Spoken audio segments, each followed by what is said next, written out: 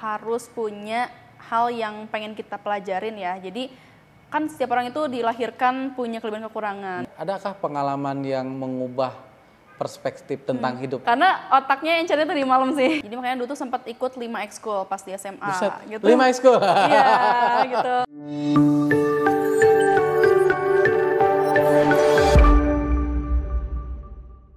Kali ini kita kedatangan tamu yang luar biasa, ya.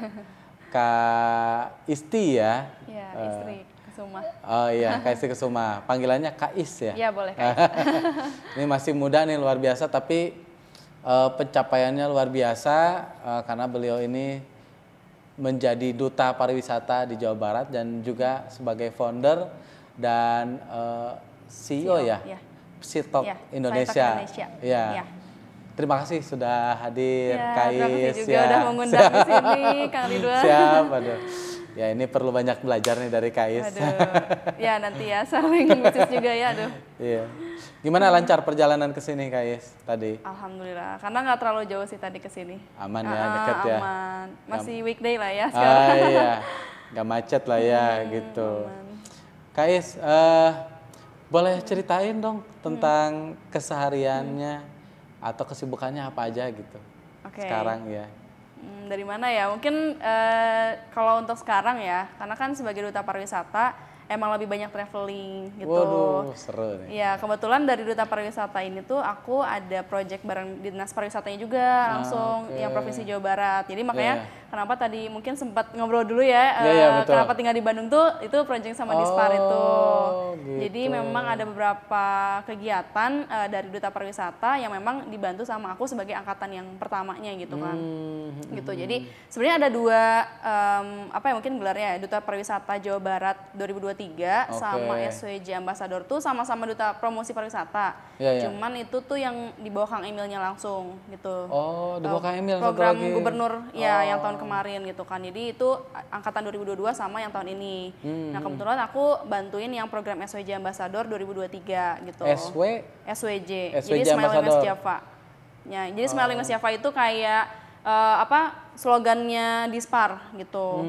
Nah, aku ngebantu di situ. Terus sambil traveling juga nih, karena dari situ banyak relasi teman-teman untuk traveling gitu kan. Jadi teman-teman tuh sekarang kebanyakannya anak-anak explore gitu, eksplornya yang Bandung gitu. Jadi lebih sering ke alam juga gitu kan. Gitu. Selain pariwisata, aku juga tadi kan membangun Psitalk Indonesia gitu. Jadi itu juga sebenarnya udah dibangun dari 2 tahunan yang lalu. Itu isinya ada program konseling, ada program webinar, talk show, terus juga kelas-kelas psikologi dan karir. Karena sebelumnya memang terjun di bidang HR gitu. Jadi ada topik yang aku bahas soal karir. Gimana sih kayak membangun career path gitu kan, jenjang karir, terus juga kayak tips interview, CV, terus juga ada tips untuk membangun relasi dan personal branding di online untuk karir kedepannya lah kayak gitu. Jadi ya mungkin saat ini sih itu ya. Waduh, luar biasa. Terus aktif juga ya di sosmednya ya? Iya, lumayan aktif karena memang yang membuat aku mungkin punya karir kayak sekarang ini dari sosmed kebetulan gitu. Oh, berawal dari sosmed? Dari sosmed dulu. Jadi dari zaman kuliah bikin konten YouTube, dulu pas semester 6 ya. Sebenarnya iseng awalnya tuh bukan psikologi malah. Dulu tuh konten beauty. Karena awalnya konten beauty? Beauty. Dulu tuh kan karena lagi musim beauty vlogger kan, review makeup segala macam. Cuman mau fokusnya di situ gitu. Cuman karena yang psikologi belum ada waktu itu, aku bikin lah gitu kan. Kayak pengalaman kuliah di psikologi. Ya sekedar pengalaman doang gitu, nggak ada tips segala macam gitu. Ternyata boom, viral gitu di situ video pertama yang psikologi kan. Oh, video pertama psikologi viral? Gitu, itu video pertama tuh langsung yang, Kak bikin lagi dong gitu. Terus dari situ, wah ya udah deh bikin lagi deh. Taunya keterusan. Nah yang beauty ini udah nggak dilanjut gitu. Nah ternyata dari yang YouTube ini followersnya lumayan loyal tuh. Jadi dia langsung nge-follow ke Instagram aku juga gitu kan.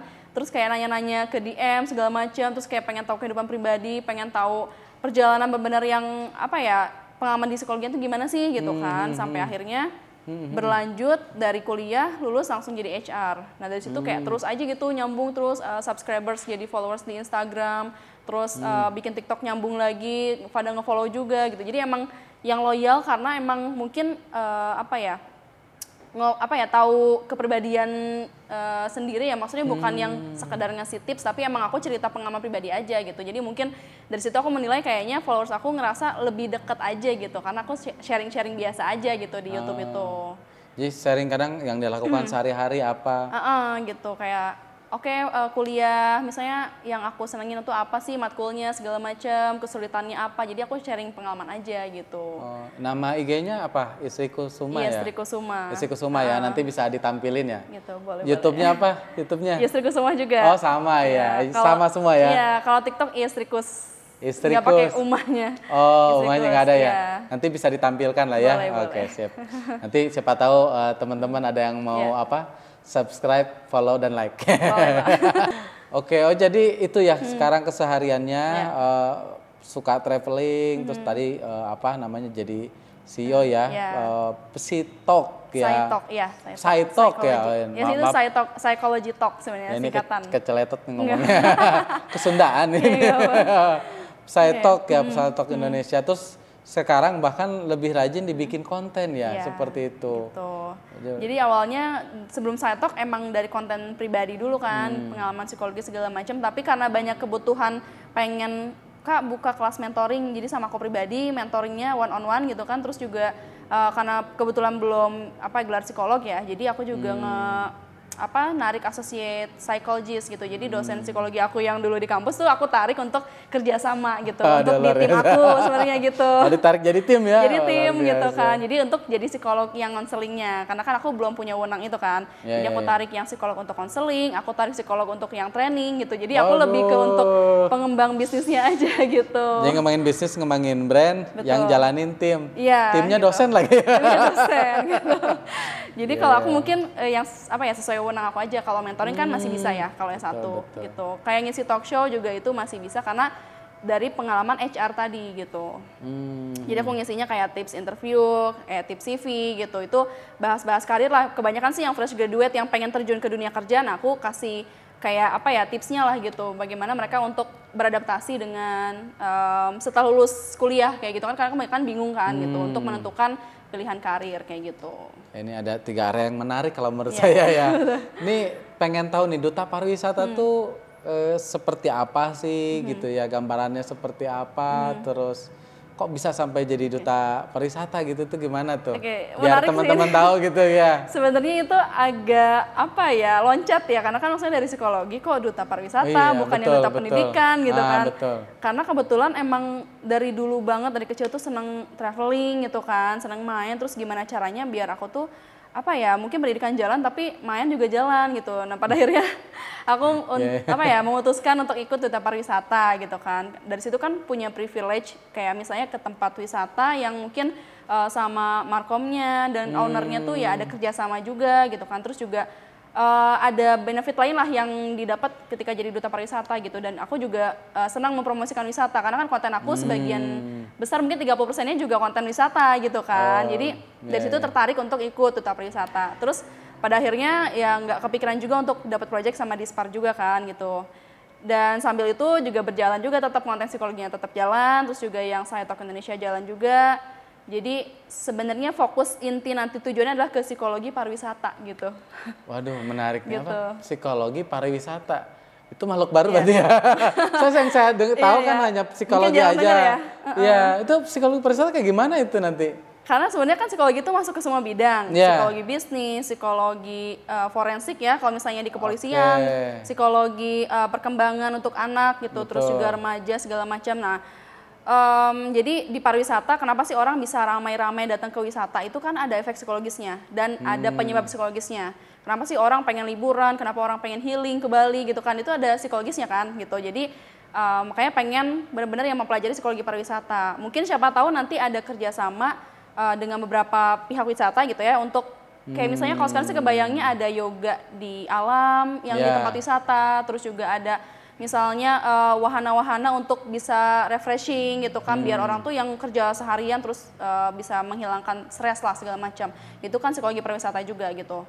Gitu sih. Jadi kebanyakan kan orang salah kaprah misalnya ngomongin healing ke Bali padahal cuma buat foto-foto gitu. Padahal kalau healing itu lebih kayak ya meditasinya, yoganya, yang dimana kegiatan yang khusus untuk mindfulness gitu. Oh iya. Gitu. Iya, jadi iya. lebih ke psikologinya banget gitu. Iya ya. Jadi kebanyakan orang kalau sekarang itu pengennya bilangnya healing gitu ya. Padahal itu belum tentu healing sebenarnya. Oh iya iya. Gitu. Menerjemahkannya berbeda ya ternyata. Iya, Iya. gitu. Tapi itu udah jadi bahasa umum ujungnya ya, bahwa liburan itu healing ya Iya, sekarang gitu. itu ya. Padahal kan kadang bukan jadi healing ya, jadi ketika uang habis pas liburan jadi stres kan malah gitu. Itu jadi salah gitu pengertian. Oke. Gitu. Nah itu bicara pariwisata. Jadi sekarang tuh mungkin lebih banyak project mungkin ya. Terus juga mungkin traveling juga mungkin di situ ya. Karena ada kaitan dengan duta pariwisata. Iya. Dulu seleksinya itu bagaimana? Perjalanannya gampang nggak atau kan orang nggak tahu ya, termasuk saya juga nggak tahu kok tiba-tiba nih ada duta pariwisata. Kalau tadi ada Mojang Jejaka misalnya. Nah mirip sih. Mirip-mirip. Oh mirip-mirip ya, ada seleksi kayak gitu ya? Ada gitu. Kalau untuk yang SWJ Ambassador itu kan program yang Kang Emil itu ya. Nah dulu, itu satu lagi itu juga. tuh lebih ke konten kreator. Jadi dulu seleksinya tuh aku bikin video traveling, dipilih yang terbaiknya, nah masuklah sebagai SWJ Ambassador. Itu cukup banyak, ada 108 yang terpilih waktu itu, angkatan pertama gitu ya. Nah terus setelah itu aku ikut yang duta pariwisata yang 2023-nya. Itu seleksinya mirip kayak Mojang Jejaka, jadi ada prakarantina, ada karantina, terus sampai ke grand final. Itu cukup lumayan panjang dan capek juga sih lumayan, karena kan itu bikin video advokasi, terus juga grand final tuh ada nyiapin bajunya tuh kan lumayan ya, dari grand final tuh ada baju yang dress yang panjang itu yang harus yang ya ganti lah gitu, dalam satu hari itu harus yang banyak ganti-gantinya, ada dance-nya juga segala macam, ada speech-nya juga, jadi ketika top 5, top 3 itu ada speech-nya gitu.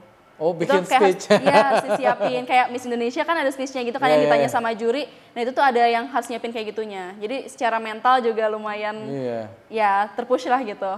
Nggak gampang ya, jangankan untuk nyiapin skrip ya, ngomong di depan aja udah nggak gampang ya gitu ya. Iya itu betul. Tantangan tersendiri ya. Gitu. Nah itu kan soal jadi duta pariwisata ataupun tadi SWJ ya? SWJ Ambassador. Ya. SWJ Ambassador ya sebutnya. Terus selanjutnya tadi ngomongin CEO Siltalk. Ya itu kok bisa jadi seorang CEO nih, masih semuda ini kan. Orang pengen juga dong jadi CEO atau jadi founder. Itu gimana tuh perjalanannya gitu? Berawal dari kebutuhan followers sebenarnya. Oh, kebutuhan followers, oke. Karena yang aku lihat, pada loyal gitu, setiap aku bikin konten psikologi, rame terus juga kebutuhannya pengen yang mentoring tadi, one on one sama aku pribadi gitu kan. Jadi kalau misalnya aku mau bikin suatu program, kayaknya lebih enak kalau aku bikin di platform yang berbeda gitu. Nah akhirnya lahirlah SciTalk Indonesia itu sebagai platform online dulu lah, biasa gitu kan. Aku juga bikin konten di SciTalk gitu, yang dimana dibantu tim aku juga adik tingkat aku juga pas kuliah gitu. Aku tarik-tarikin juga, dan mereka pengen bantu juga kan, pengen belajar segala macam. Terus akhirnya lama-lama platform itu berkembang juga gitu kan. Jadilah udah PT sekarang gitu ya, udah perusahaan yang dimana di dalamnya mungkin akan lebih berkembang lagi, ada program tadi ya konseling, juga ada webinar, talk show, ada kelas-kelas lain. Mungkin nantinya akan ada program outdoornya juga gitu ya, yang dimana masih coming soon juga gitu. Jadi kayak misalnya sejenis yoga, meditation, untuk yang liburan ke wisata itu juga nanti akan ada juga gitu di SciTalk. Jadi sebenarnya berawalnya dari followers juga sih gitu. Kenapa bikin itu? Karena kalau misalnya nggak banyak kebutuhan, kayaknya belum berani ya bikin gitu. Cuman waktu itu karena Kak bikin dong, kayak misalnya sesimpel pengen buku notes psikologi, kan aku di YouTube tuh pernah cuman ngomong doang, tapi karena kelihatan buku yang tulisan psikologi, Kak pengen dong order bla bla gitu. Jadi aku bikin juga di SciTalk itu kayak produk buku gitu yang dijual ke mahasiswa gitu. Gitu sih. Jadi ini sebetulnya ada kaitan juga tadi dengan konten ya? Iya. Jadi dari konten dulu, baru bikinlah platform yang berbeda gitu. Nah, itu ngatur waktunya gimana tuh Kais? Kan ini ada jadi duta pariwisata, ada SWJ Ambassador kan? Terus ada juga tadi jadi CEO ya kan? Terus bikin konten kan rutin kan? Itu ngatur waktunya gimana? Itu sebenarnya lumayan capek sih, karena kalau misalnya bikin konten, dibikin konten kalender dulu ya. Jadi kayak misalnya dalam seminggu, hari minggunya full aku bikin konten gitu. Nanti selebihnya aku cuman edit dikit gitu kan. Karena kalau TikTok, Instagram kan ya udah editnya lebih gampang. Kalau YouTube itu biasanya dalam hari itu aku tag, hari itu juga aku edit langsung. Jadi tinggal upload aja lah gitu. Jadi dalam seminggu full itu aku bisa update setiap hari gitu. Jadi biar nggak capek kan, kalau misalnya take video setiap hari lumayan capek, harus setting lighting kayak gitu kan, kamera juga. Jadi kalau misalnya dalam satu hari full aku take video lebih meminimalisir gitu. Kalau misalnya kerjaan lain sih full di weekdays. Nah kalau bikin konten enaknya di weekend gitu. Jadi memang sudah diatur sehingga nggak terlalu bentrok ya. Jadi kan bikin konten bisa beberapa langsung di ini ya, apa namanya, langsung gitu. diposting, diatur gitu kan, nggak langsung. Oke. Terus ketika memulai di area ini ya, bagaimana reaksi keluarga? Ini kan kuliahnya tadi sambil ngerintis bikin konten dan lain-lain, tuh gimana reaksi keluarga? Sebenarnya aku tuh tipe yang diem-diem, tapi kalau misalnya udah terlihat hasilnya baru aku bilang ke orang-orang. Jadi dulu tuh kan masih gak pede nih bikin YouTube, diem-diem, bahkan temen kampus gak ada yang tahu juga gitu. Temen terdekat aja, keluarga gak ada yang tahu dulu bikin YouTube. Temen dekat, keluarga gak ada yang tahu. Gak ada yang tahu. Bener-bener gak ada yang tahu. Terus yaudah akhirnya aku upload. Nah pas udah lumayan banyak viewersnya, baru aku bilang, mah bikin ini, aku bikin ini gitu kan. Terus akhirnya pada ngedukung juga sih gitu kan, karena mungkin lama-lama ketahuan juga ya, mungkin kontennya ada yang tayang di beranda mereka kan gitu. Oh ini siapa gitu. Awalnya tuh aku nggak yang tipe yang bukan bilang-bilang, bahkan teman-teman pun ngelihat sendiri gitu pas di beranda YouTube, ngelihat di beranda Instagram gitu kan. Jadi pas udah lumayan rame, barulah aku kayak minta support mereka juga gitu. Oh jadi nggak ada yang tahu awalnya? Nggak. Terus ada dong yang ngomong, kamu ini ya? Iya gitu. Ada yang gitu teman? Ada waktu itu di kampus, kayak pas aku wisuda, Kak ini ya kakak yang waktu wisuda itu aku dateng loh gitu-gitu. Ada juga yang satu kampus, adik tingkat, dia tahu tapi akunya nggak tahu, cuman dia suka nontonin YouTube aku kayak gitu. Iya. Jadi ya enaknya diem-diem, karena kan kalau misalnya merintis sesuatu lah gitu, kalau misalnya bilang-bilang kitanya kayak terlena di awal gitu kan. Jadi kitanya agak semangat, jadi mending fokus dulu, kalau emang berhasil baru aku kasih tahu orang gitu. Oh iya, jadi daripada nanti nggak jalan atau ada apa-apa, jadi tanggung jawab moral gitu ya, beban moral. Malu mungkin ya. Kalau saya kan ini, saya juga kan baru bikin KIS, jadi saya komitmen justru sama tim. Saya bilang saya mau bikin konten, seminggu sekian kali posting dan sebagainya. Saya komitmen ke tim saya bilang, jadi kalau saya pribadi karena ngomong kayak gitu mau nggak mau perlu dilakukan. Kalau itu kan ada tim ya. Betul, udah ada tim sih, alhamdulillah. Kalau waktu itu kan aku sendiri, jadi ya udah gitu, keep dulu sendiri. Gitu. Apalagi kan mungkin tahun itu kan masih kuliah. Terus kan nggak gampang ya, 2018 tuh orang belum nggak sefamiliar sekarang. Sekarang mau bener-bener luar biasa kan. Udah menjalar lah gitu. Siapapun bisa jadi konten kreator kan sekarang. Kalau dulu orang masih banyak yang malu-malu ya. Nah itu makanya. Sekarang banyak yang malu-maluin kayak saya gitu. Aduh, enggak. Inspirasi ya. Oh, inspirasi. Minum, Kais? Iya, boleh. Iya. Takutnya haus atau gimana gitu. Santai aja. Nanti ada nikat juga ini kan ya. Iya. Aman kalau minum mah nggak usah dikat. Oh nggak usah dikat, biar natural gitu. Natural, nggak apa-apa. Oh ininya juga Amor. Soalnya lumayan ngomong 1 jam kan. Bener. Ini tiba-tiba batuk. Ya ini kan kita mau lanjut lagi nih ngobrol. Lanjut. Oke ya, kita lanjut lagi. Jadi tadi kan teman-teman nggak tahu ya, itu menarik sih. Jadi mungkin ada beberapa teman-teman yang mau sembunyi-sembunyi juga bisa ya. Oh udah viral baru ngomong. Nah itu. Kalau nggak viral nggak ada beban, jadi nggak usah ngomong gitu. Iya, jangan juga ya. Tapi karena emang dulu tuh tipe yang pemalu banget ya, mungkin lebih ke gak pede sih gitu ya. Kalau dulu awalnya gitu. Gak pede banget. Nah makanya kenapa memutuskan bikin YouTube tuh pengen ngelatih komunikasi. Karena kan kebetulan di psikologi kayak dituntut ya untuk bisa komunikasi dengan orang berbagai segmen ya, dari balita gitu kan, remaja, bahkan yang lansia gitu. Jadi gimana ya caranya untuk ngelatih komunikasi? Nah dari YouTube dulu di depan kamera, dan orang ya udahlah nggak ada yang tahu, nggak ada yang nonton, ternyata ada yang nonton pada akhirnya kan. Cuman dari situ belajar banget komunikasi sih gitu. Jadi makanya emang awalnya nggak pede, nggak bilang-bilang, barulah setelah itu ternyata tawaran talk show itu dari konten-konten juga. Jadi pas udah terjun ke talk show tuh udah nggak terlalu yang kaku ya, karena udah lumayan terlatihnya tuh di konten gitu. Jadi emang konten tuh ngebantu banget sih ngelatih komunikasi, ngelatih PD dan sebagainya sih gitu. Oh, jadi karena terbiasa ngomong di depan kamera lah ya. Lama kelamaan jadi terbiasa jadi pede. Gitu. Keterusan kan jadi duta pariwisata. Jadi malah nagih sih sebenarnya gitu. Malah nagih ya gitu. Iya. Karena udah jalan kan. Udah jalan. Karena kalau nggak lanjut lagi maka followersnya nanya, Kais kemana nih hilang kan gitu ya. Ya itu sih sebenarnya jadi ada yang nanya terus juga karena gitu. Ada dampak dari konten Kak, makasih ya kontennya aku jadi gini-gini misalnya gitu kan. Itu jadi nambah semangat ketika malas ngonten sih gitu. Betul. Wah ternyata konten aku kok bisa bermanfaat juga ya gitu buat orang kan jadi kayak terharu gitu kan sebenarnya. Jadi oke lah lanjut terus gitu. Ya saya juga mudah-mudahan konten ini bermanfaat. Amin. Jadi inspirasi ya. Ya menginspirasi orang-orang teman-teman yang nonton karena harapannya gini. Ini saya ingin menjadi duta pariwisata misalnya. Seperti apa sih apa yang dilakukan kan jadi bisa belajar gitu. Nggak dari nol banget gitu kan. Kalau dari nol banget saya perlu nanya ke siapa. Ya mudah-mudahan ini kan obrolan kita jadi menginspirasi juga ya. Jarang dibahas ya gini. Iya jarang dibahas. Kalau ini kan ketika memulai karir ini kan kok bisa tertarik gitu di sini. Kan mungkin banyak area itu gimana kok bisa tertarik gitu di area kan bikin konten gak gampang apalagi tadi kan sukanya sendiri kayak gitu kan. Itu gimana tuh Kais? Kok bisa tertarik di bidang ini? Sebenarnya jomplang dari yang aku bilang tadi gak pede itu ya sebenarnya gak pede tapi ada keinginan untuk sharing ke orang. Jadi kalau misalnya ke teman dekat tuh aku tipe yang misalnya ngejelasin sesuatu tuh yang panjang lebar, yang detail banget. Jadi aku senang sharing orangnya gitu. Jadi ketika aku bikin konten di YouTube kan panjang tuh durasinya.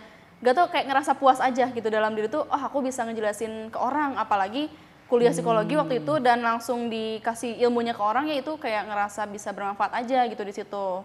Jadi ada rasa puas tersendiri, ada rasa orang juga ketika ngerasa bermanfaat itu ada ya mungkin ya ngerasa berguna aja sih gitu kuliah waktu itu. Jadi sebenarnya pas awal kuliah tuh nggak kepikiran kerja di bidang psikologi gitu karena kan memang niat nyari ilmunya aja gitu kan. Karena untuk jadi psikolog tuh belum kepikiran juga dulu gitu karena lumayan berat ya kayak jadi dokter agak berat juga gitu. Maksudnya tanggungan moralnya juga berat dan segala macam. Tapi karena setelah aku bikin konten banyak yang butuh segala macam jadi akhirnya aku fokusin di situ. Mungkin emang udah jalannya aku di situ gitu. Karena dulu pernah bikin yang konten beauty tidak seramai yang psikologi. Terus aku juga kalau ngonten traveling itu kan selingan aja. Tapi memang nggak seramai yang aku bikin konten psikologi gitu. Jadi ketika aku di Instagram ngupload yang psikologi rame. Ketika yang traveling itu kayak biasa aja. Jadi kayak mungkin emang jalan aku udah di situ. Jadi pada akhirnya kenapa memutuskan untuk terus berlanjut tuh karena memang audiens centric juga ya. Kalau bikin konten kan memang fokus ke audiens. Yang dibutuhin audiens apa? Kalau yang dibutuhin dari diri akunya yang memang dari psikologi itu ya udah aku fokusnya di psikologi gitu. Kayak gitu. Ya, jadi memang karena ujungnya tuntutan dari followers ujungnya sekarang berlanjut terus ya. Ya, karena emang ada yang minta gitu kan. Ada yang minta dan mungkin emang ini kayaknya udah jalan aku dari Allah gitu. Jadi ditakdirkannya dapat kesempatannya di situ. Ya jangan jangan disia-siain lah gitu kasarnya. Karena udah rame di situ. Lanjut di situ gitu. Bahkan tadinya kayaknya kalau dari obrolannya Kak Isu cuman pengen saya pengen kuliah aja. Belum tentu mau lanjut jadi psikolog awalnya kayaknya seperti itu ya. Gitu. Makanya lulus S1 kan nggak langsung psikolog kan, nggak langsung S2 karena memang masih bingung banget gitu lulus S1 mau jadi apa gitu kan. Tapi pas lulus S1 alhamdulillah keterima jadi HRD dulu kan. HRD itu masih satu linear sama psikologi, jadi psikologi industri gitu. Jadi di situ makin banyak yang mungkin termotivasi ya masuk psikologi masih satu linear. Jadi makin banyak yang nanya sih sebetulnya tentang karir. Jadi nggak psikologi lagi sekarang lebih ke karirnya juga gitu Kak. Tips untuk misalnya masuk HRD gimana, terus juga cara untuk jenjang karir itu gimana, untuk fresh graduate yang mau ke dunia kerja gimana, itu lebih luas lagi jadinya karena masih satu linear dengan psikologi tadi gitu. Nah jadi memang dipikir-pikir, kayaknya masih tetap psikologi juga nih setelah aku berjalan gitu kerja, kok masih psikologi lagi nih, berarti emang jalannya tuh udah di psikologi gitu. Walaupun psikologinya tuh yang emang ke industri gitu kan, karena orang taunya psikologi itu yang di rumah sakit, yang klinis gitu kan, yang medis gitu. Padahal psikologi itu industri ada, yang di forensik kepolisian juga ada, dan sosial segala macam tuh psikologi musik kayak tadi psikologi pariwisata juga ada kan gitu. Ya luas banget lah gitu. Luas banget, jadi psikologi itu bukan hanya yang kalau kita ada masalah aja gitu ya. Iya. Kalau saya tahu kan orang tuh umumnya psikolog gitu kalau ada masalah ya. Ternyata bukan seperti itu ya. Bukan, bahkan ya apapun itu sih sebetulnya banyak ya, kayak masalah pun masalah di kantor, masalah di rumah tangga, masalah belajar pendidikan itu psikolog pendidikan, masalah di misalnya kepolisian ya psikologi, ya psikolog forensik segala macam gitu. Jadi tergantung bidangnya, nggak harus yang masalah psikologis yang mungkin kalau orang bilang tuh ada GJ gitu ya. Jadi nggak harus yang gitu terus gitu, karena banyak banget bidangnya gitu. Ya kebanyakan kan berpikirnya ke sana kalau ngomong psikologi ya, padahal nggak itu aja. Dan sangat luas ya untuk implementasinya gitu. Kalau misalnya sekarang berbicara pengalaman ya, berarti dari 2018 ya, sampai 18. Sekarang kan udah 5 tahun ya. Ada pengalaman terbaik yang pernah dirasakan selama perjalanan karir itu?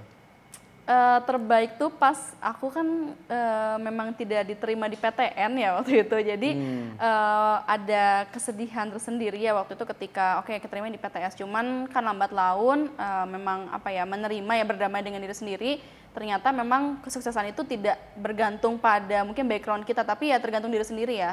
Jadi ketika lulus kuliah terus jadi HR dan pada akhirnya sekarang content creator dan diundang talk show gitu ya, itu juga jadi ada rasa mungkin hal yang aku syukuri banget gitu. Kayak aku tuh yang paling berkesan itu ketika aku diundang waktu itu ke Palembang gitu, sama perusahaan yang cukup besar gitu, dan itu tidak ekspektasinya ke sana gitu. Waktu itu nggak kepikiran sama sekali, kayak ngisinya masih di Pulau Jawa aja, tapi waktu itu ngisi ke Palembang, terus ke perusahaan yang cukup besar dan ngisi ke orang-orang yang mungkin usianya juga lebih di atas aku juga kebanyakannya, dan lumayan banyak juga waktu itu.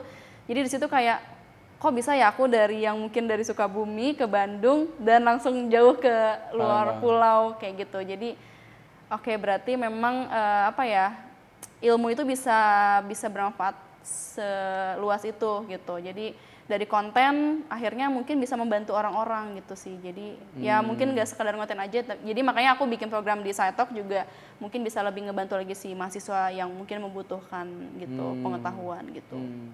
Itu tadi bisa ke Palembang itu ceritanya gimana? Apa dari follower? Apa mungkin ada yang pernah ikutan? Biar tahu aja, kepo aja. Maksudnya kan ini buat konten kreator yang lain ya. Jadi ini kan bisa jadi pemasukan atau gimana, itu gimana tuh perjalanan kok bisa jadi nyasar ke sana gitu? Jadi kebanyakan yang ngundang-ngundang webinar, seminar yang di kampus-kampus dulu ya, itu kebanyakan ternyata followers aku yang sering nonton YouTube dulu. Gitu. Kak, dulu aku sering nonton YouTube kakak lo, terus aku pengen ngundang kakak ke kampus aku, karena gitu-gitu kan. Karena ternyata yang nonton YouTube aku tuh yang masih sekolah waktu itu, SMA, dan dia pengen masuk psikologi. Jadi ketika dia udah kuliah di kampus, dia ngundang aku sebagai narasumber. Kebanyakan dari situ. Ada juga yang kalau di perusahaan itu yang memang dia juga pernah nonton konten aku gitu ya. Dari TikTok kebanyakan waktu itu, terus ngundang ke perusahaan. Jadi kebanyakan dari situ sih gitu. Iya, itu kan bisa ke sana itu kan lumayan ya. Ada banyak jalan kok tiba-tiba ke Palembang, itu kan sesuatu yang luar biasa ya. Orang nggak kenal ya, mungkin karena digital juga kan. Iya, dari digital gitu. Kalau bicara pengalaman, adakah pengalaman yang mengubah perspektif tentang hidup, Kais? Sebenarnya perjalanan dari SMA mungkin yang lebih agak kerasa lah gitu, dari ikut organisasi. Dulu tuh di SMA tuh fokusnya ke ekskul. Jadi tipenya tuh yang pengen aktif gitu ya. Jadi makanya dulu tuh sempat ikut 5 ekskul pas di SMA. Gitu. 5 ekskul? Iya gitu. Kayak aduh pulang sekolah tuh kayak pengen ngapain gitu. Jadi anaknya tuh nggak mau diem sebenarnya gitu. Kayak di rumah bosan kan gitu ya. Karena tadi tipenya yang emang anak main itu. Cuman waktu pas SMA lah ekskul. Dari situ udah mulai terlatih dapat teman yang lebih banyak gitu, yang karena tadinya kan anak kuper sebenarnya waktu SMP SD tuh yang kayak diem banget lah gitu. Nah pas SMA mulai dikit-dikit, nah pas kuliah lebih terlatih lagi karena ikut BEM waktu itu. BEM terus juga kepanitiaan tuh sempat jadi ketua pelaksana yang menuntut untuk melatih leadership skill gitu. Jadi dikit-dikit ya gitu prosesnya. Nah pas kuliah kan bikin YouTube juga. Dari YouTube aku melatih communication skill gitu kan. Dari situ ternyata banyak yang nonton segala macam. Ternyata dari konten juga diundang untuk jadi narasumber. Terus juga diundang untuk project-project. Jadi benar-benar dalam fase kehidupan tuh dikit-dikit tuh ada kemajuan dari soft skillnya terlatih, dari hard skillnya terlatih, dari pandangan juga terlatih gitu, yang ternyata ketika kita memulai sesuatu dengan mungkin sabar dan bukan fokus ke hasil ya, tapi progres dalam kehidupannya itu sih, yang dari SMA tadi, dari kuliah terus kerja gitu kan. Jadi ternyata untuk menemukan passion hidup itu yang butuh progres panjang gitu. Jadi pada akhirnya kan untuk menemukan jati diri kan gitu. Karena di fase usia aku yang sekarang juga sebetulnya masih fase untuk mencari jati diri gitu. Jadi belum yang fix banget, bisa aja setelah ini aku juga pindah bidang atau mungkin memperluas bidang gitu kan. Jadi yang didapat dalam hidup selama ini adalah bagaimana cara kita mengenal diri dan mencari jati diri itu sih sebetulnya gitu.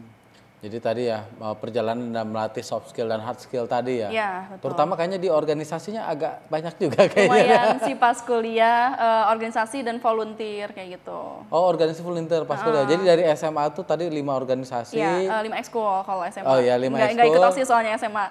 Tapi ekskul lah, yang penting bisa rame-rame gitu ya. Iya gitu kan. Terus setelah pas ketika kuliah pun ikutan BEM dan juga ikutan organisasi lain. Panitia, terus volunteer gitu. Nah itu ngebantu juga kan sampai dengan proses sekarang, sampai membantu kalau orang tadinya diem tuh jadi belajar ngomong, ngebantu juga kan? Iya betul gitu, karena itu sebenarnya agak pressure ya dulu ya, agak tertekan masuk psikologi itu, ternyata kita tuh harus punya skill untuk berbicara dengan banyak orang, dengan orang-orang baru. Dulu tuh agak tekanan sebetulnya buat aku, karena memang tipe yang jarang ngomong gitu kan dulu.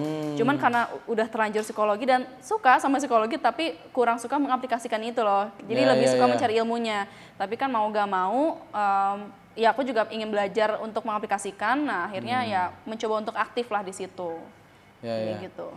Jadi sebetulnya kalau awalnya mungkin kalau psikologi dianggap biasa aja, gitu, tapi karena dilakukan terus-menerus jadi suka ya sebetulnya. Jadi suka, malah jadi nagih sebetulnya ketika apalagi udah ngobrol gini juga kan, malah jadi manjang gitu kan. Padahal dulu tuh kayaknya tipenya bukan yang gini juga sih gitu. Berubah dengan sendirinya beradaptasi dengan lingkungan jadinya gitu. Oke. Terus kalau bicara sampai di titik ini kan Kais tentunya kita biasanya tumbuh juga ya secara pribadi. Kais nih bisa sampai seperti sekarang jadi duta pariwisata, SWJ ya itu SWJ Ambassador ya. Kemudian CEO Psitalk dan content creator itu dia adakah pembelajaran misalnya Kais ikutan training tertentu atau saya baca buku ini atau belajar apa gitu, itu apa yang Kais lakukan bisa sampai di titik sekarang? Sebenarnya untuk kayak duta pariwisata itu lebih banyak mencari taunya, karena memang kebetulan aku tipe yang penasaran orangnya, selalu ingin mencoba hal-hal yang belum aku tahu gitu. Jadi kan kayak misalnya aku belum belajar ini, pengen belajar. Kayak musik, aku belajar juga kayak misalnya keyboard, gitar, segala macam. Dulu juga aktif di band juga gitu. Jadi anaknya tuh pengen tahu terus hal yang belum aku tahu gitu. Jadi nah untuk yang duta pariwisata ini juga sama. Jadi aku mencari tahu segala macam, yang Satok juga sama, aku mencari tahu apa sih yang sekarang lagi banyak dibutuhin gitu sama masyarakat. Ternyata kan kesehatan mental juga sekarang semakin marak gitu kan, semakin banyak orang yang butuh psikolog, ternyata semakin banyak orang yang aware kesehatan mental gitu kan. Jadi dari situ kita mencari kayak mungkin peluang gitu, karena kan untuk berkarir di sosial media itu harus melihat tren sekarang tuh yang lagi rame apa gitu kan. Kayak misalnya dari YouTube, terus ramenya ke Instagram, ternyata sekarang ramenya TikTok. Nah kita harus beradaptasi juga untuk bikin konten di TikTok juga gitu. Jadi yang penting kita aktif untuk mencari tahu suatu hal yang baru gitu, untuk mencari tahu hal-hal yang memang sekarang tuh lagi banyak orang minat itu apa sih kayak gitu. Kalau belajarnya banyaknya di mana tuh? Lebih banyak di apa? Kalau belajar pasti di internet ya, maksudnya di sosial media sekarang udah jadi tempat belajar. Tapi di samping itu juga aku ikut sertifikasi juga waktu itu, karena kan HR waktu itu, jadi butuh sertifikasi yang mendukung juga. Dan karena juga banyaknya kebutuhan narasumber juga, jadi biar orang tuh merasa lebih kredibel ya gitu. Jadi sertifikasi juga sangat penting juga. Nah setelah ini makanya pengen lanjut pendidikan juga sebetulnya supaya menunjang karir juga sih gitu. Mau lanjut lagi pendidikan, mudah-mudahan gitu. Segera lulus juga. Amin. Sehingga nanti lebih bisa bantu orang ya. Artinya di area itu kan ketika knowledge-nya lebih banyak, banyak yang bisa lebih banyak di-sharing ya ke orang lain ya gitu. Kalau bicara kebiasaan ya dalam mendukung pencapaian ini, Kais punya kebiasaan-kebiasaan tertentu kah yang khusus yang dilakukan sehingga ini tuh berbeda loh dengan orang lain, atau bisa jadi yang dilakukan orang lain juga sama. Tapi ini yang menurut Kais ini berdampak sampai di titik sekarang. Kebiasaannya lebih ke time management mungkin ya. Karena kan kalau orang dulu pas zaman kuliah aku, yang aku tahu ya, maksudnya pas kuliah tuh ya fokusnya kuliah aja. Tapi aku mencoba sesuatu hal yang gak orang biasa lakukan, yaitu dengan konten tadi kan. Kalau konten kan dulu masih jarang ya yang YouTube itu kan. Jadi aku bikin konten, terus juga aku di Instagram juga aku aktif kayak konten yang mungkin orang lain juga masih jarang waktu itu, dan pembahasan psikologi juga masih jarang. Jadi pada intinya sih mencoba suatu hal atau kegiatan yang masih orang tuh belum lakukan sih kalau menurut aku ya. Jadi disitulah bagaimana cara kita menjadi inisiator mungkin ya, yang dimana orang mungkin terinspirasinya di situ. Jadi aku tuh seneng juga melakukan hal-hal yang nggak biasa orang lakuin dulu gitu. Jadi kalau misalnya orang udah banyak lakuin, aku jadi agak malas sebetulnya gitu. Kalau misalnya belum banyak, aku jadi kayak terpacu aja sih. Oh, belum ada ini nih, topik ini yang belum dibahas. Ya udah aku bikin gitu kan. Atau mungkin orang belum ada yang ngelakuin ini, aku pengen ngelakuin ini gitu. Jadi intinya di situ jadi ada rasa ingin mencoba gitu sih. Gitu. Lebih banyak mencoba hal barunya sih mungkin ya. Kalau yang rutin tiap pagi gitu ngapain aja, ada gak? Yang Oke, kalau tiap pagi, karena apa ya, pagi tuh lebih ke tergantung ya, nggak nentu sih kalau aku. Kayak misalnya olahraga kadang-kadang ya gitu, nggak setiap hari juga. Kalau misalnya pagi-pagi sarapan harus gitu ya. Terus juga yang pasti sih pagi hari tuh harus mandi mungkin ya, biar aku kan tipe yang memang apa ya, harus kayak dress up dulu baru semangat gitu kan, harus ngapain dulu baru semangat gitu. Jadi jangan yang tidur lagi sih seharusnya ya gitu. Cuman kadang-kadang kan kalau lagi pengen hibernasi ya, kadang-kadang juga ya namanya manusiawi ya gitu.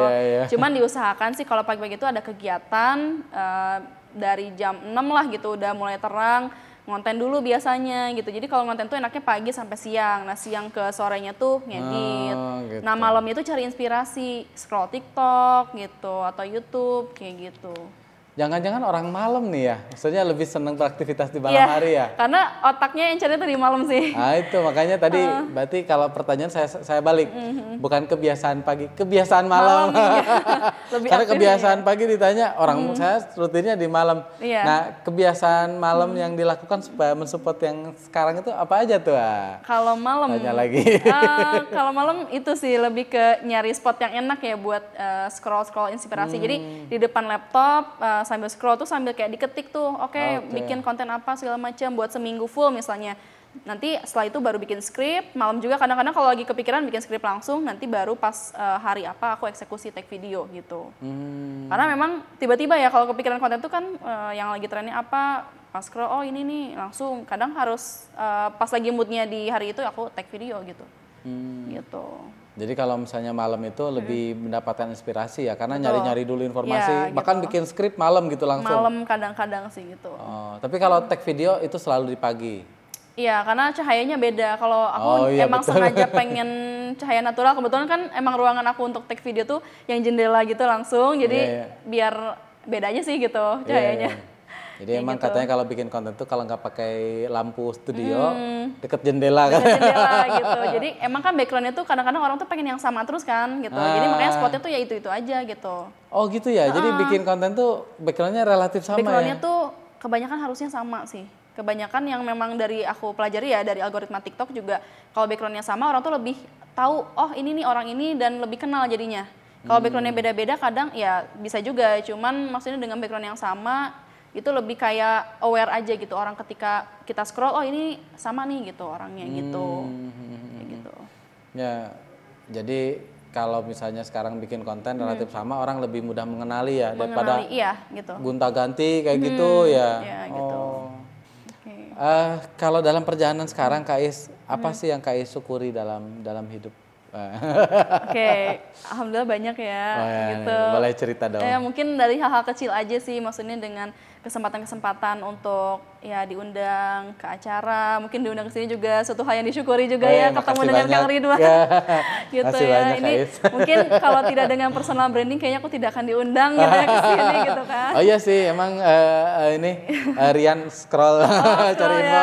Ya. Berarti karena konten lagi ya. Iya, ya itu karena konten tuh alhamdulillahnya ya, maksudnya dapat relasi, terus juga kesempatan yang mungkin tadinya tidak aku sangka gitu, yang tadinya anaknya gak suka ngomong tapi jadi harus ngomong terus gitu kan, di depan banyak orang, di depan adik-adik tingkat gitu kan.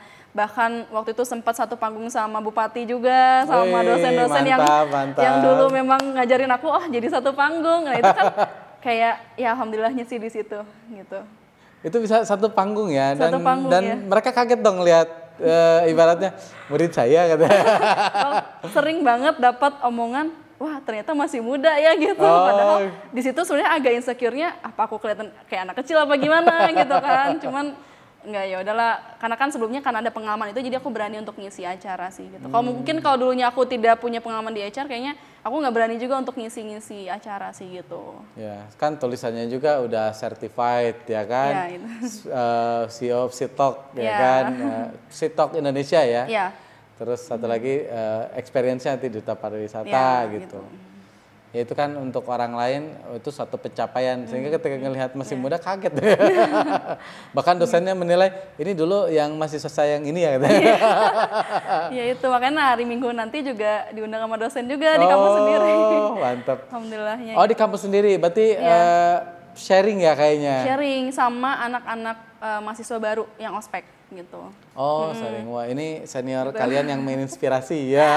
Aduh, amin. Iya, kata dosennya, terus kata Kais, boleh nanti gabung tim. Sebenarnya itu ya. Karena kan tim saya juga kebanyakan yang di tingkat sih gitu. Iya. Ya kan tetap kan kalau ada dosen itu kan sesuatu punya nama kan. Dosen itu kan pengabdian ya. Berbagi, ya kan meluangkan waktu. Nah, sehingga ketika timnya itu lebih diisi oleh orang-orang hebat kan, faktor trustnya lebih naik ya kan gitu. Ya, pengalaman mungkin ya. Betul, pengalaman. Terus ke depannya gitu Kais, apa sih yang belum tercapai di saat ini sehingga ada harapan dong ke depannya ingin melakukan apa gitu? Sebenarnya banyak banget ya, ini tuh masih ya mungkin seperempat jalan gitu ya, karena masih banyak banget hal yang pengen dicapai. Kayak saya Talk Indonesia pengen lebih berkembang lagi, terus juga pengen punya suatu program yang mungkin dobrakan ya di Indonesia yang dalam segi pendidikan sih khususnya, karena kan psikologi pun sekarang masih banyak, mungkin kalau dibanding dulu masih banyak orang yang menganggap psikolog orang gila ya, tapi kalau sekarang kan memang sudah semakin minim ya, tapi tetap masih ada kan, masih banyak orang yang pengen ke psikolog tapi nggak berani, nggak pede, takut dianggap gila segala macam. Nah jadi pengen banget psikologi juga semakin berkembang ke depannya gitu, karena kan kebetulan pengen background di psikologi itu pengen yang emang bermanfaat sih gitu, karena ya itu sih makanya kenapa bikin Saya Talk Indonesia. Jadi ya harapannya di situ, mungkin bisa merambah ke bisnis lain juga mungkin ya ke depannya, karena kan siapa tahu peluang itu kan nggak ada yang tahu ya ke depannya. Betul. Mungkin ke bisnis karena senang skincare, senang traveling, mungkin ada bisnis di bidang traveling juga gitu. Jadi ya masih banyak harapan-harapan yang mungkin untuk keluarga juga, untuk teman-teman aku juga untuk menambah lapangan kerja baru sih gitu. Oh iya, ini visinya masih jauh nih ke depan. Masih jauh sih gitu. Dan perjalanannya masih jauh ya? Iya masih jauh lah gitu, seperempat abad ya. Seperempat abad ya. Ya kan target umurnya pengennya panjang kan sesuai juga gitu. Ya gitu. Ya pengen financial freedom juga sih ya dengan ini. Iya. Gitu. Kebanyakan orang sih larinya ke sana. Iya, tujuannya ya gitu. Iya. Kalau udah financial freedom kan biasa jadi punya time freedom juga kan. Ya gitu sih, itu tujuan akhirnya. Makanya fokus ke pariwisata juga sebenarnya pengen kerja di mana aja sih. Jadi pengen punya program psikologi ini tapi sambil traveling gitu. Nah itu dia, saya baru mau ngomong, kayaknya nanti baliknya ke traveling lagi. Ya tetap itu sih intinya. Iya. Gitu. Ya karena nih traveling itu kan kita mendapatkan tempat baru. Betul, ya kan, terus juga kulineran ya. Kulineran, budaya, relasi orang-orang di sana gimana gitu kan. Betul. Culture-nya beda ya, karena kalau saya terus terang kalau datang ke satu daerah nggak pernah ngomongin culture gitu. Kecuali kalau daerah tertentu yang memang ada budayanya yang bisa ditonjolin. Oh ini pakai baju tertentu misalnya ya. Tapi Kais kan memang di Duta Pariwisata terkait ya dengan culture ya. Terkait ya. Jadi kalau ke satu daerah mungkin yang dicari culture-nya gitu ya. Culture-nya gitu. Terus emang potensinya sih sekarang kan kalau di pariwisata yang dari Kemenpar ya, itu kayak membangun desa wisata. Nah di situ kayak wah ternyata sekarang wisata tuh lebih fokus ke desa-desa gitu-gitulah yang memang tadinya nggak kepikiran. Oh wisata tuh cuman kayak ke mungkin kalau di Sukabumi itu situ gunung, padahal di situ gunung mungkin sekitarnya tuh ada desa-desa yang bisa dikembangkan. Jadi banyak budaya yang diambil, kuliner yang diambil gitu kan gitu sih. Gitu. Dan setiap daerah tuh punya keunggulan ya yang bisa diangkat ya dalam hal duta pariwisata ya. Cuman orang mungkin belum banyak tahu aja gitu ya. Mungkin mungkin Pak Ridwan Kamil mengangkat SWJ Ambassador karena ini konten kreator yang mempromosikan ya kan pariwisata di Jawa Barat. Khusus di Jawa Barat gitu. Yang tadinya orang nggak kenal mungkin dipromosikan. Makanya yang dicari konten kreator. Ya, gitu. Yang hidden gem-nya diangkat kayak gitu. Karena kalau konten kreator yang direkrut udah jago nih ngomongnya nih. Iya, udah sekalian ngeditnya juga gitu kan, bikin konten segala macam. Kalau ngedit kayak gitu bisa di HP ya, simple ya. Sekarang bisa, karena kan aplikasi ya, apalagi CapCut ya gitu, itu gampang banget, udah ada template segala macam kan. Oh gitu udah ya. Lebih mudah lah. Saya perlu belajar CapCut berarti ya, edit-edit. Iya lebih gampang lah gitu. Gitu. Kalau harapannya sendiri ya, nanti setelah kedepannya ingin dikenal sebagai apa Kak Is? Aduh kalau ini bingung ya dikenalnya, yang penting bisa bermanfaat aja sih. Bisa bermanfaat. Bermanfaat. Jadi maksudnya apa ya, yang aku lakukan ini tuh bukan berdampak buat diri sendiri aja tapi buat orang lain. Makanya tadi tuh pengen banget ada mungkin program khusus ya istilahnya mengembangkan pendidikan di Indonesia sih khususnya gitu. Karena apalagi di bidang psikologi pengen lebih banyak yang aware lagi di bidang psikologi juga gitu. Oh gitu ya. Jadi harapannya berarti ke mengedukasi tentang psikologi juga. Yang tadinya sebetulnya awalnya ya biasa aja gitu ya. Ya gitu lah. Namun dalam perjalanan karena dilakukan terus menerus dan bisa berkontribusi dan banyak follower yang menanyakan. Iya, jadi continue gitu kan. Oh seru ya. Kalau kayak sendiri punya ini nggak mentor misalnya ya kan biasanya kita punya guru atau mentor yang entah ngomongin konten, entah ngomongin pariwisata tadi ya atau ngomongin bisnis tadi ngarahin gitu, oh kesini nanti gitu, itu kan dia punya apa namanya punya pengalaman yang bisa bantu Kak Is. Sebenarnya kalau mentor sih nggak ada, tapi lebih ke role model sih. Jadi aku kayak dulu tuh sering aja mantengin. Dulu tuh ada psikolog Indonesia yang memang dia tuh udah dari lama juga, Ines Kristanti, aku masih inget juga. Jadi dia sebagai inspirasi aku untuk membuat konten juga gitu kan, yang dimana ya apa ya, dia tuh memberikan apa edukasi-edukasinya di bidang psikologi klinis. Cuman karena aku terjunnya di bidang industri, jadi oke, aku ambilnya ke ranah yang industri gitu kan. Jadi aku selalu mantengin orang-orang yang masih satu bidang sama aku juga sih. Jadi memang setelah bikin konten ini kayak di TikTok itu kan memang fokusnya di HRD dan psikologi ya. Nah dari situ kita bikin grup WhatsApp khusus HRD TikTok waktu itu sempat. Dari situ juga sharing-sharing gitu kan. Jadi banyak banget ilmu yang bisa diambil lah dari orang-orang yang berbeda bidang gitu. Walaupun kan HRD sama aja HRD, tapi kan HRD di perusahaan A, di perusahaan B itu beda-beda gitu. Jadi ya mungkin aku mencari informasinya itu dari situ.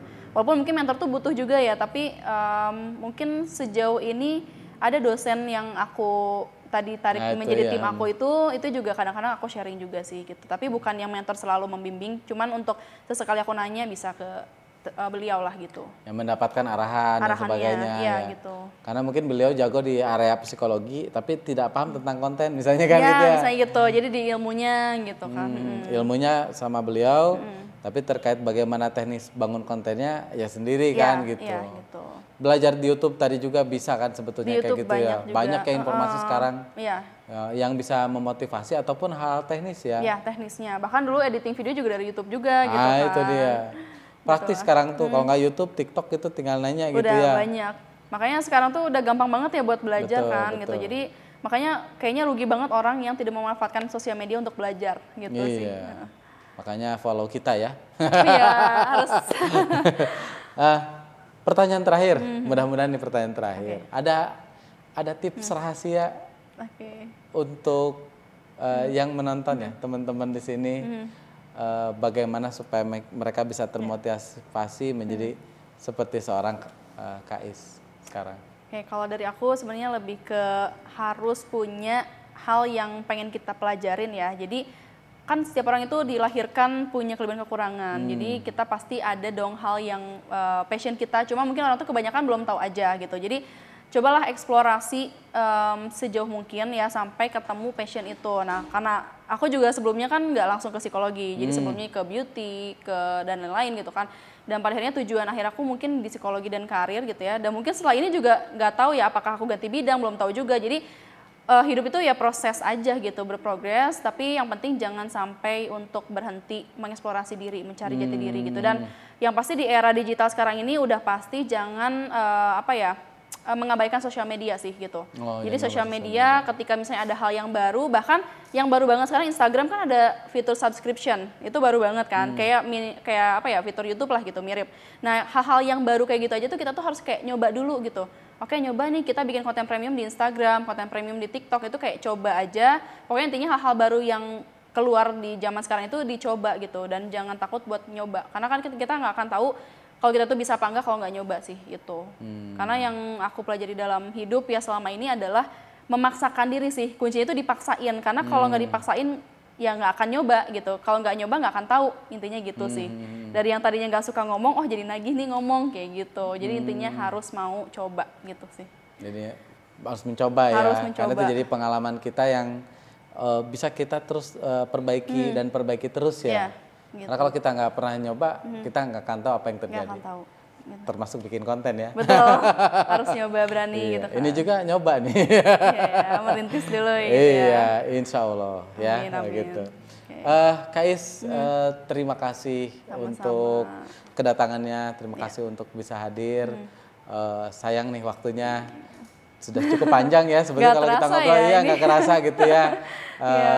Ya mudah-mudahan Kais bisa makin sukses dan makin lancar. Amin. Kang Ridwan juga makin Amin. lancar YouTube dan bisnisnya makin banyak ya. Amin. Terima kasih Kais. Amin, sama-sama. Sampai ketemu.